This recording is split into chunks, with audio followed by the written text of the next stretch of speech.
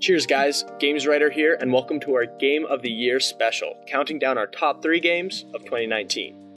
Right now, we're giving you guys a quick recap of our honorable mentions before we get to the top 3. Remember, this is a personal list, not the best games, but favorite games. So, our list will be different than yours. Having said that, we're going to be kicking off the countdown with a controversial pick, because it hasn't made it on many people's top 10s, but I had so much fun with this title. Our third favorite game of 2019 is Greedfall. Greedfall is an action role-playing game developed by Spiders and fits into that AA production category. Smaller team and smaller budget, but incredibly ambitious and does a lot of things really well. No, the game is not perfect. Combat and character movement in general doesn't feel very good, especially because I played it directly after our second favorite game, which feels amazing. Greedfall does have a really cool aesthetic, fun characters, a cool world, and some really interesting world building. If you're a fan of Fable, this game does a lot similar to that. I honestly think I'm just a sucker for a game that has swordplay, magic, and guns all wrapped into one. Now, moving on to our second favorite game of this year, Sekiro: Shadows Die Twice. Sekiro is special because I've tried and failed to get into From Software games since Dark Souls 2. Like most, I find Souls games very challenging, and I never felt like they were worth the trouble. Bloodborne got pretty close, but Sekiro felt so good, looked so beautiful, and gave me an interesting storyline immediately. Sekiro earned my time, and I failed and learned until I was a worthy shinobi.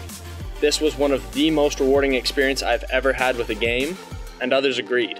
And for that, it takes our second spot. Now, for our top dog. Our gold medal wearing #1 pick, our favorite game of 2019 is Fire Emblem Three Houses. What an incredible game. Tactical strategy is always a genre I've enjoyed, but never put proper time into.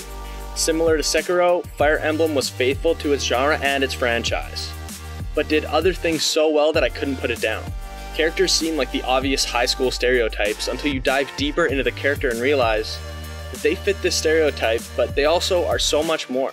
Maps are unique and combat can be as challenging as you'd like it to be. I found the transition from normal to hard to be the best in any video game I've played. Rather than a massive spike in difficulty, it's more of a slight, subtle difficulty increase, which is exactly what I'm looking for. With all 3 houses offering different storylines, the game becomes very replayable, and the combat is so much fun you'll be looking for an excuse to start over again. Don't let yourself be gatekept from Fire Emblem Three Houses. The additional stuff is rewarding and not at all complicated. If you put a little time in to read some stuff, you'll be fine. If I'm going to be picky, the ending doesn't completely hit, but the journey is well worth it. We at GamesWriter want to thank video games for existing and giving us a really great year.